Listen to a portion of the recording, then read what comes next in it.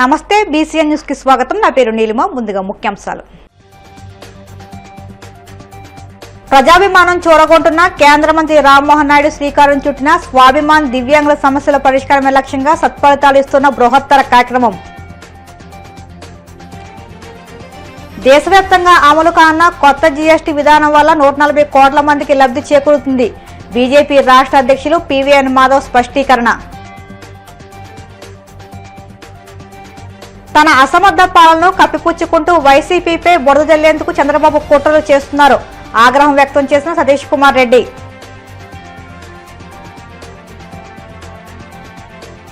తిరుమల శ్రీవారిని దర్శించుకున్న సినీ నిర్మాత డివివి దానయ్య. ఆలయ మర్యాదలతో స్వాగతం పలికిన అధికారులు. దివ్యాంగుల సమస్యల పరిష్కారమే లక్ష్యంగా కేంద్ర మంత్రి రామ్మోహన్ నాయుడు శ్రీకారం చుట్టిన స్వాభిమాన్ కార్యక్రమం ప్రజాభిమానం చూరగొంటుంది. రాష్ట్రంలోనే తొలిసారిగా చేపట్టిన ఈ బృహత్తర కార్యక్రమం సత్ఫలితాలిస్తుంది. దివ్యాంగుల కష్టాలు స్వయంగా విని వాటికి మార్గం చూపడంతో పాటు ఉపాధి అవకాశాల కల్పనకు ఇక్కడి నుంచే అడుగులు పడుతున్నాయి. ప్రతి నెల జడ్పీ కార్యాలయంలో జరిగే కార్యక్రమాన్ని కలెక్టర్ నేరుగా పర్యవేక్షిస్తూ ప్రతి ఫిర్యాదుదారులతో మాట్లాడి భరోసా కల్పిస్తున్నారు. రాష్ట్రంలో ఎక్కడా లేని విధంగా స్వాభిమాన్ కార్యక్రమాన్ని జిల్లాలో 2024 ఆగస్టు 16న ప్రారంభించారు. దీని నెలలో ఒకరోజు చొప్పున ఇప్పటి వరకు 14 సార్లు నిర్వహించారు. ఇప్పటి వరకు 182 ఫిర్యాదులు అందాయి. సిఎస్ఆర్ ఎంపీ ల్యాడ్స్ నిధులతో కొందరికి స్వాభిమాన్ కార్యక్రమం వద్దనే ట్రైసైకిళ్లు, వినికిడి, ఇతర పరికరాలు అందజేస్తున్నారు.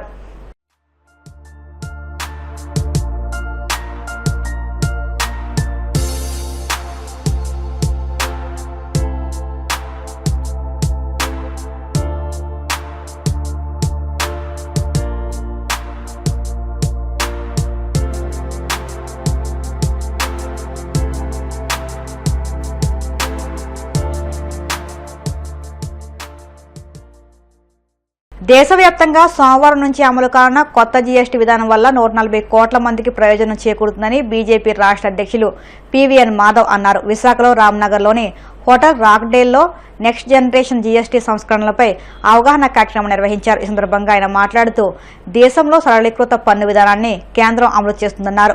ప్రపంచం మొత్తం ఆర్థిక మాంద్యం వైపు వెళుతున్నదని, అయితే ఎన్డీఏ ప్రభుత్వం తీసుకువస్తున్న ఆర్థిక సంస్కరణలతో మన దేశం మాత్రం అభివృద్ధి పదంలో దూసుకువెళుతుందన్నారు.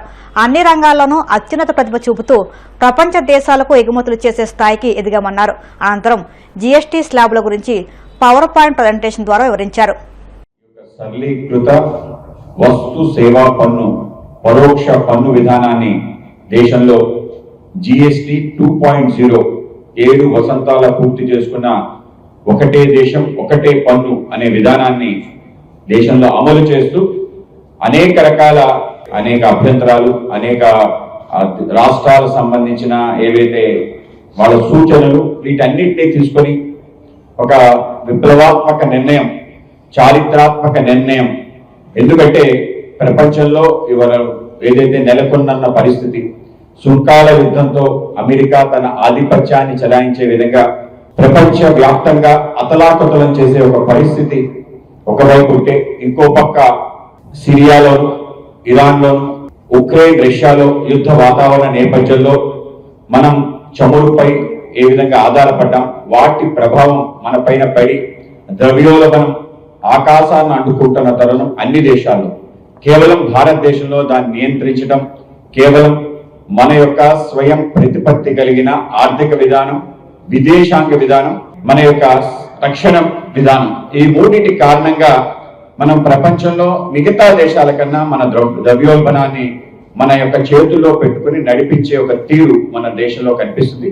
దానికి మన నేత నరేంద్ర మోడీ గారు ఏ విధంగా ముందుకు తీసుకెళ్తున్నారో, మన ప్రియతమ ప్రధాని నరేంద్ర మోడీ గారి నేతృత్వంలో ఆయన యొక్క ధైర్యమైన నిర్ణయం, వాళ్ళ విధించే అనేక రకాల ఆంక్షలకి తలవకోకుండా మేము మా దారి, మా యొక్క దేశం, మా దేశ ప్రజల యొక్క ప్రయోజనాలు తప్ప ఇంకేమిటి ప్రధానం కాదని చెప్పి వెళ్తున్న తీరు, ఆ నేపథ్యంలోనే మనకి దసరా, దీపావళి కానుక దేశవ్యాప్తంగా ప్రజలందరికీ అందించే విధంగా ఇవాళ సరళీకృత జిఎస్టి విధానం రావటం ఏదైతుందో నిజంగానే ఒక గొప్ప వరం, అందరికీ ఒక గొప్ప బహుమానం.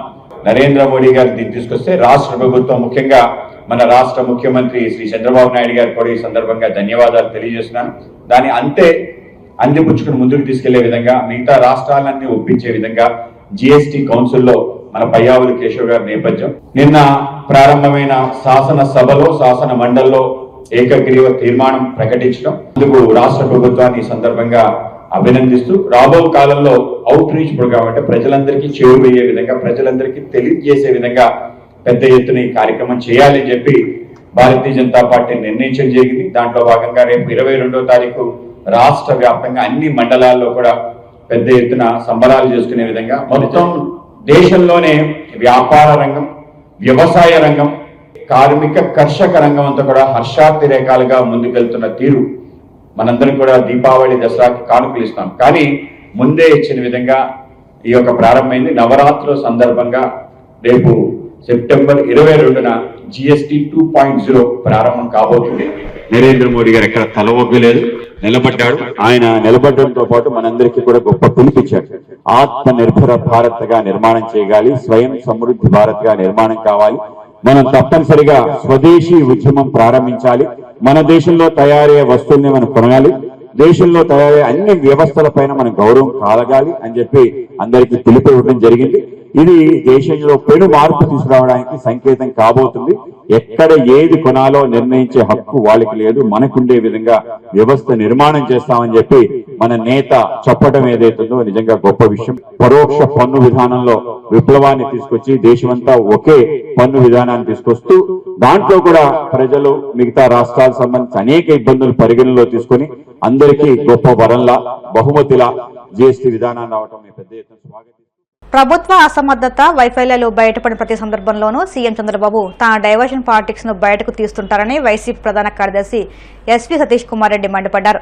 హైదరాబాద్లోని సోమాజిగూడ ప్రెస్ క్లబ్లో ఆయన మీడియాతో మాట్లాడుతూ ప్రభుత్వ మెడికల్ కాలేజీలను ప్రైవేటు వారికి అమ్మేందుకు ప్రభుత్వం చేస్తున్న చర్యలపై ప్రజల్లో తీవ్రమైన ఆగ్రహం వ్యక్తమవుతున్న నేపథ్యంలో డైవర్షన్లో భాగంగా అనిల్ రెడ్డి కంపెనీలో లిక్కర్ స్కామ్ సిట్ సోదాలు అంటూ హంగామాను ప్రారంభించారని ధ్వజమెత్తారు. ఒకవైపు పండించిన పంటలకు గిట్టుబాటు ధరలు కల్పించకపోవడం, మరోవైపు కనీసం యూరియాను సైతం అందించలేని చేతకానితనం, తాజాగా మెడికల్ కాలేజీల ప్రైవేటీకరణ పేరుతో అవినీతి దందాలతో ప్రభుత్వ ప్రతిష్ట అధాపాతాళానికి పడిపోయిందని అన్నారు.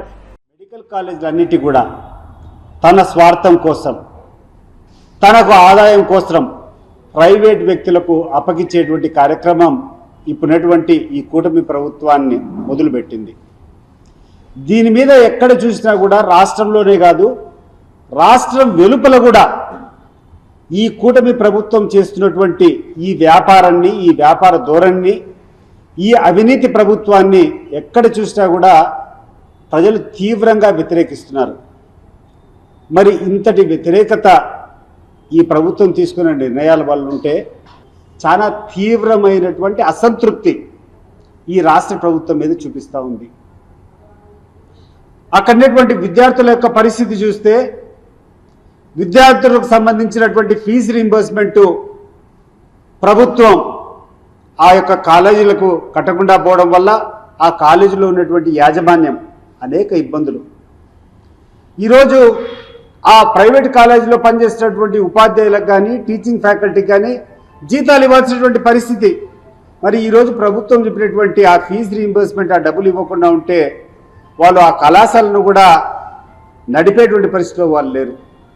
ఇట్లా అన్ని రంగాల్లో కూడా తీవ్రమైనటువంటి సంక్షోభంలో రాష్ట్ర ప్రభుత్వం కొట్టుబిట్లాడుతూ ఉంటే దాన్ని కవర్ చేసేదానికి ఈ యొక్క ప్రభుత్వం, ఈ తెలుగుదేశం కూటమి ప్రభుత్వం, మరి వాళ్ళకు ఉన్నటువంటి ఈ ఎల్లో మీడియా, వీళ్లకు ఎప్పుడు ఈ రాష్ట్ర ప్రభుత్వం మీద ప్రజల్లో వ్యతిరేకత వచ్చినా ఒక కొత్త కథనం తీసుకొని వచ్చి కొత్తగా అంతా డైవర్ట్ చేసేటువంటి ప్రక్రియను మొదలు పెడతారు. ఇది కొత్త కాదు. ఈ యొక్క కార్యక్రమం గడిచినటువంటి 16 నెలలుగా నిరంతరం ఇదే ప్రక్రియ జరుగుతూ ఉంది.